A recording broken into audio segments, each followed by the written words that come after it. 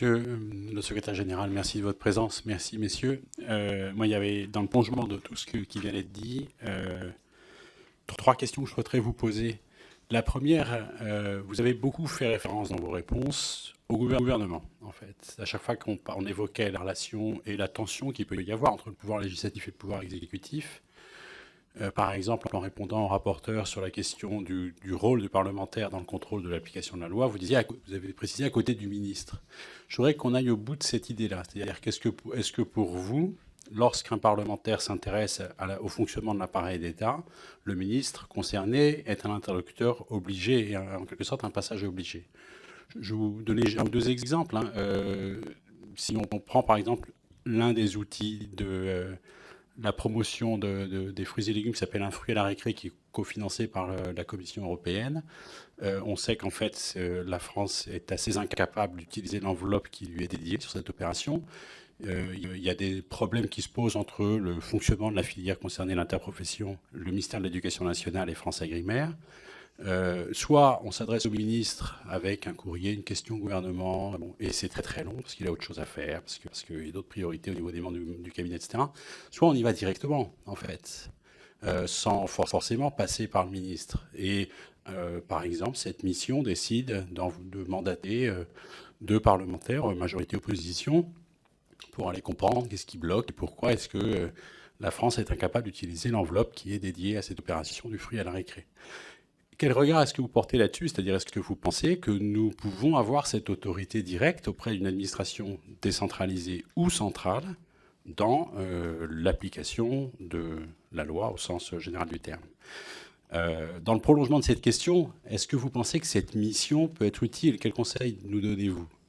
Parce que vous pouvez nous dire, écoutez, je comprends vos motivations, mais une fois que vous aurez audité les quelques personnes qui peuvent vous éclairer sur la façon dont l'appareil d'État se gère lui-même, vous n'avez qu'à fermer votre mission parce que, en fait, vous n'avez rien de spécial à faire.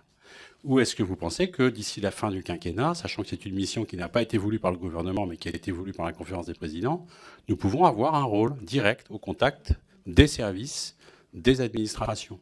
Et quel conseil est-ce que vous nous donnez là-dessus pour que ce rôle soit utile?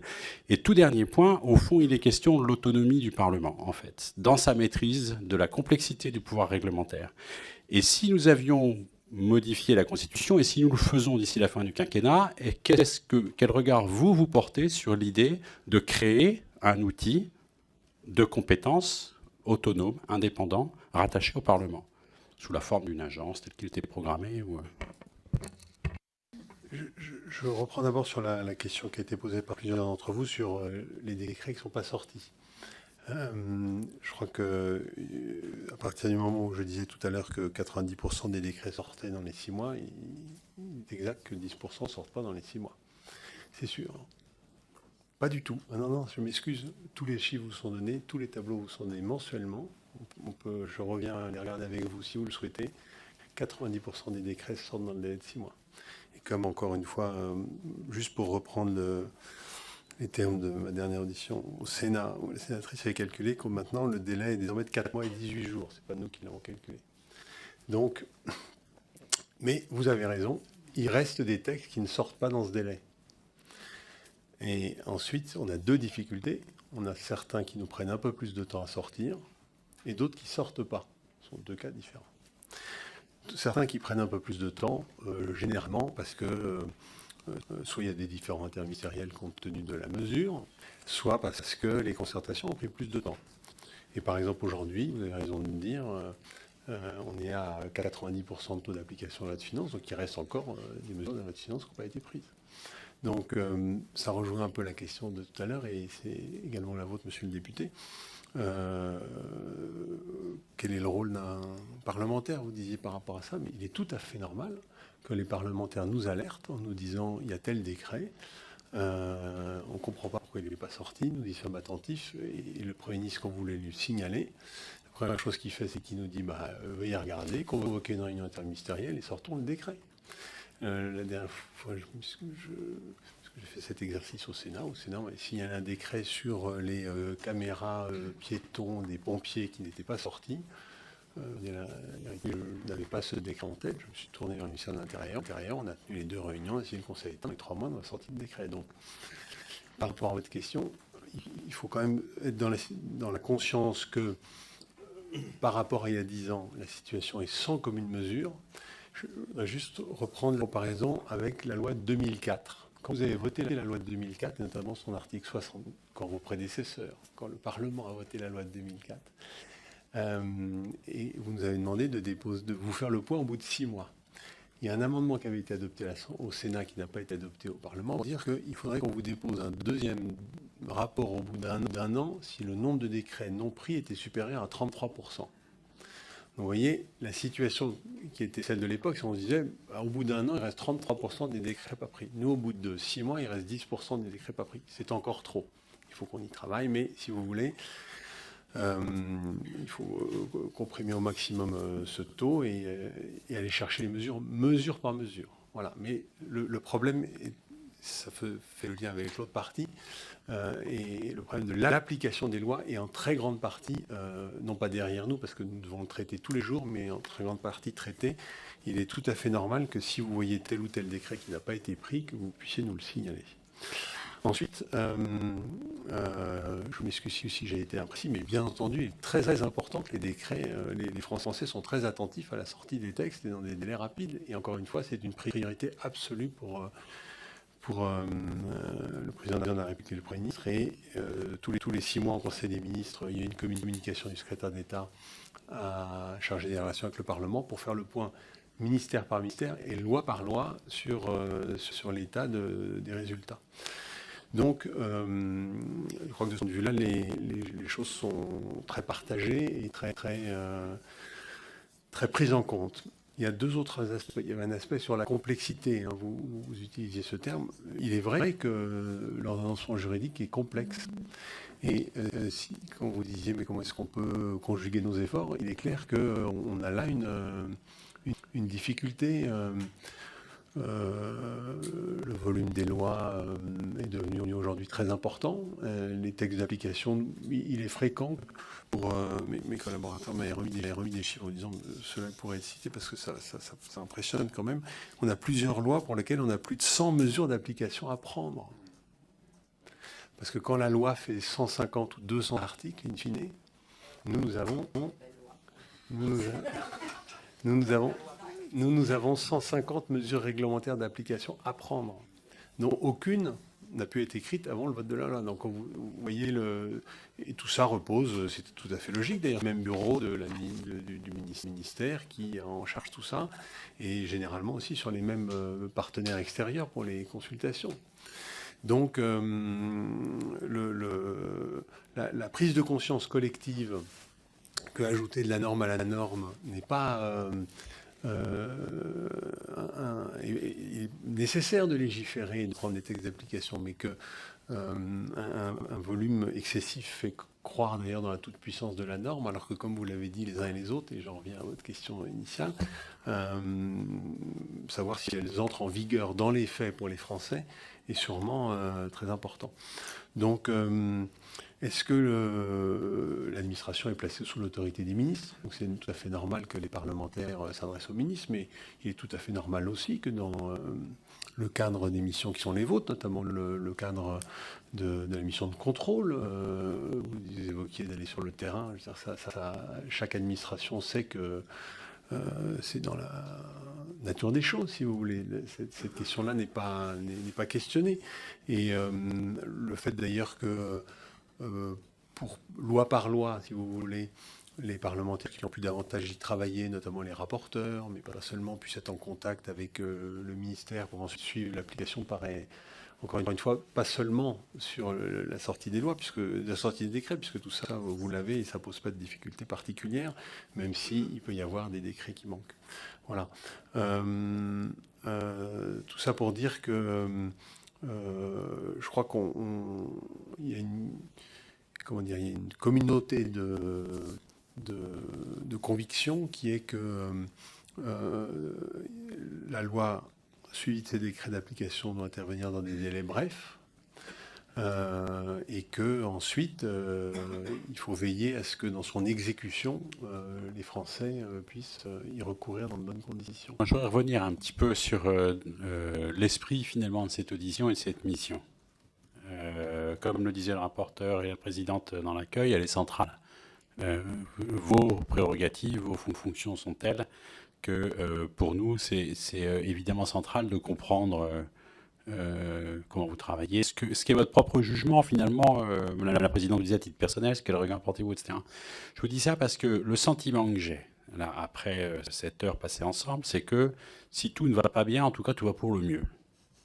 Non, mais c'est un peu le sentiment, pardonnez-moi, je vous parle franchement, si vous voulez, et puis quand Mme Vignon vous donnez des exemples de personnes qui nous reçoivent et puis qui montrent qu'en fait tout va bien, on est dans un climat de méfiance un peu. C'est-à-dire que moi j'ai régulièrement le sentiment que le parlementaire est pris a priori pour un emmerdeur potentiel ou même actuel, et qu'en fait il y a une espèce de climat de méfiance. Est-ce qu'on peut essayer de le dépasser? Quand je vous disais, vous soulignez à très juste titre que nous surlégiférons. Quand je dis nous, de manière très générale, nos prédécesseurs, ce qui est passablement préoccupant, parce que quand on se projette, on se demande quand même où on va. Je pense, je suis néo-député, j'en sais rien, j'ai peu d'expérience, mais je pense que nous surlégiférons, d'autant plus que nous avons peu de pouvoir de contrôle. Et que nous sommes dans cette relation de méfiance avec l'appareil d'État. C'est-à-dire qu'il faudrait qu'on arrive à se parler franchement, à ce que, comme vient de le dire la présidente, nous soyons vraiment complémentaires. Je vais vous donner un exemple de plus, un autre, et puis on va rentrer dans un aspect technique, on n'a pas le temps, mais l'application du droit de la concurrence au secteur agricole, je connais bien cet enjeu. J'ai ferraillé avec la DGCCRF au moment de la loi Egalim, et les échos qui me reviennent maintenant, c'est que l'esprit de la loi n'est pas appliqué. C'est-à-dire que, en vertu du droit communautaire, le droit de la concurrence, les objectifs de la PAC prévalent sur l'application du droit de la concurrence au secteur agricole. Nous avons demandé aux interprofessions de bâtir des indicateurs pour que les négociations se fassent à partir de la production sur la base de ce qui est un coût de revient, qui puisse être chiffré dans l'interpro. Vous n'avez pas une interpro aujourd'hui qui n'a pas peur de le faire et qui se dit je vais me faire retoquer. Et moi, j'ai vérifié au contact direct de la DGCCRF qu'en fait, on ne se comprend pas, qu'on n'a pas la même interprétation du droit communautaire. Il y a comment est-ce qu'on peut dépasser ça? Enfin, là, nous avons besoin évidemment de vous, du LGG, de la haute administration, de relais, de confiance. Et nous ne doutons pas de ce qu'est l'esprit de la fonction publique en France. Et elle rayonne dans le monde, on en est tous fiers. Mais vous avez besoin de nous parce qu'on est 577 et que c'est un pouvoir d'audit potentiellement considérable, qui va beaucoup plus loin que celui de X membres du gouvernement. Excusez-moi de faire cette comparaison, mais je pense vraiment. Donc, je renouvelle ma question. Quel conseil nous donnez-vous pour que cette mission soit le plus utile? Et comment est-ce qu'on peut travailler le plus en complémentarité pour que d'ici la fin du quinquennat, on ait modifié cette capacité des parlementaires à accompagner l'appareil d'État dans l'application de la loi? Par rapport à votre question sur le lien de confiance, pour parler de nous, du secrétaire général du gouvernement, avant de parler du reste de l'administration, nous avons pris une mesure simple, nous vous donnons 100% de nos documents. Tout ce que nous faisons, nous vous le donnons pour être sûr, et nous le rendons public, pour bien montrer que nous n'avons... On dit, l'administration, est-ce qu'elle cache des choses? Est-ce qu'on... Voilà, 100% de notre travail, 100% de nos tableaux de bord, 100% de notre suivi sur le travail que nous faisons, il est mis sur Internet et nous vous le communiquons. Donc, si vous voulez, nous sommes partis de l'idée que dans le lien de confiance doit d'abord se bâtir sur le partage de l'information. Et pour dire les choses simplement, je crois que ça produit des effets. Parce que si vous voulez, quand nous nous voyons, on voit bien qu'on ne parle plus de ça d'ailleurs en réalité. Ensuite, on peut parler de telle ou telle action de parcours. Si je peux dire, je reviendrai vers vous après, dire pour ça, mais c'est quel décret qui avance pas, etc., qui vous préoccupe pour qu'on le regarde. Mais déjà, ce partage de l'information est à la base, à mon avis, vous parliez de climat de méfiance, voilà, le partage d'informations. Et ensuite, le deuxième aspect, c'est sûrement de se connaître. Donc, c'est vrai au niveau central, mais c'est vrai au niveau local. Peut-être que ce que disait Madame la Présidente sur la confiance avec les préfets est lié au fait que le lien entre le préfet et l'élu est plus naturel qu'avec d'autres directeurs départementaux, régionaux. Et de ce point de vue-là aussi, nous avons une évolution à connaître, parce que c'était pas la culture de l'administration française pendant longtemps et qu'elle doit évoluer là-dessus aussi. C'est plus dur, ça renvoie à la question de monsieur le rapporteur tout à l'heure sur la formation, etc. C'est plus dur de changer ça que de changer un décret, c'est sûr. Mais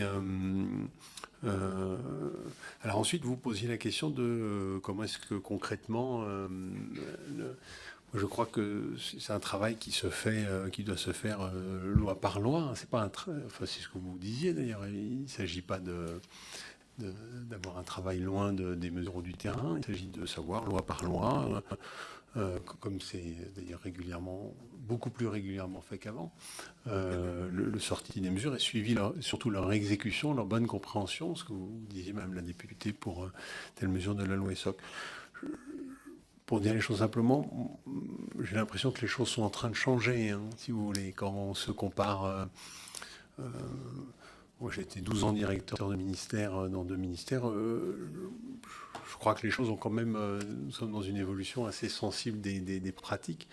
Et je ne doute pas qu'elles soient en train de se poursuivre. Quand le président de la République a indiqué qu'il souhaitait que les parlementaires puissent être davantage présents sur cette fonction de contrôle auprès des ministères au bout du délai de 6 mois pour s'assurer que tout ça avançait, je crois que c'en est la traduction. Oui, non, juste dans le prolongement de ce que vient de dire Sandra, moi ça m'intéresserait d'avoir si on fait un petit peu choses comparées au niveau des pays, ce qui est intéressant. Peut-être, mais c'est une hypothèse que je fais, hein, peut-être que la France se caractérise par un niveau de précision écrite qui n'a pas d'équivalent. Le fait est que quand on vote quelque chose, on peut se dire que c'est suffisamment précis quand c'est un texte qui fait des dizaines de pages et des centaines d'articles. Et en fait, non. C'est-à-dire qu'il faut des décrets, puis souvent même, après, il faut des circulaires. C'est-à-dire que le niveau d'interprétation, d'application de la loi en France, il est dingue. Et la complexité du pouvoir réglementaire, on ne la maîtrise pas. Et on se situe, nous, sur, en fait, c'est pas normal, ce décollage du pouvoir législatif par rapport à l'expression même de la volonté du législateur. On est vraiment là-dessus. C'est-à-dire qu'on n'est pas dans l'impact après sur les usagers, mais peut-être que c'est une préoccupation qui est typiquement française. Je ne sais pas, je pose la question. Hein. Alors, évidemment, malheureusement, on n'aura pas de données statistiques qui comparent la complexité des systèmes réglementaires entre les pays, parce que ça serait extrêmement difficile à faire.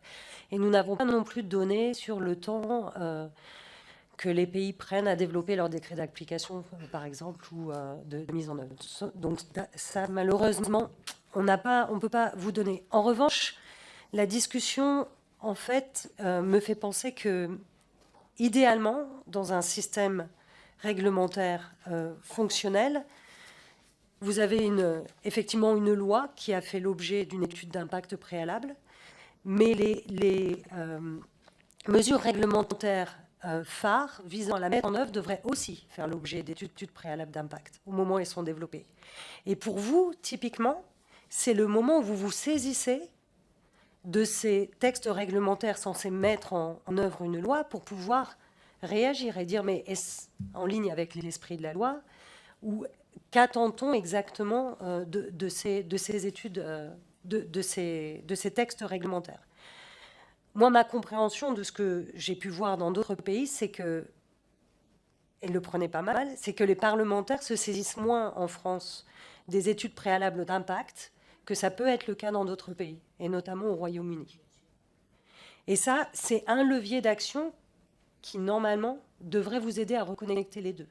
Parce que nous, ce que l'on dit à l'OCDE, c'est pas qu'il doit y avoir systématiquement une étude d'évaluation d'impact préalable, c'est qu'il doit y en avoir pour tous les textes majeurs, qu'ils soient primaires ou secondaires, donc les lois et les textes réglementaires. Et notre compréhension du système français, c'est que ça existe, c'est qu'il y a des études préalables d'impact pour les deux, pour les lois et pour les textes réglementaires. Donc c'est vraiment le moment où les parlementaires peuvent s'en saisir. Ce que nous, on a compris du système, c'est qu'il y a eu un léger changement sur le rôle que pouvait jouer le secrétariat général du gouvernement en termes d'émission d'opinion sur ces études préalables. Mais elles existent toujours, a priori. Donc, est-ce que vous les voyez venir? Est-ce que c'est, vous, un exercice que vous faites de mettre en relation? On peut aussi discuter de ça, si vous voulez. Quels sont les obstacles? Mais pour nous, ça serait typiquement la réponse qu'on vous donnerait. Et après, il y a toute une autre question que vous avez posée sur comment les pays font pour mettre en place un système plus flexible autour de leurs lois et adaptent des mécanismes de cohérence pas forcément des approches que l'on vendrait systématiquement, mais je suis sûr que vous avez entendu parler du one in, one out, que les Anglais avaient mis à l'ordre du jour il y a une dizaine d'années, et que beaucoup de pays ont adopté, y compris la France, je crois, d'ailleurs. Mais il y a un certain nombre de mécanismes qui peuvent aider à gérer ce qu'on appelle le flux des lois avec le stock. Nous, on met beaucoup d'importance, c'est peut-être trop, mais sur ces études préalables d'impact. Parce qu'elles sont vraiment, si elles arrivent en temps et en heure, elles sont une aide aux parlementaires. Si elles sont publiées, elles peuvent, les citoyens et les entreprises peuvent s'en saisir aussi pour réagir sur les textes. Et pour nous, c'est vraiment lié à ces questions-là.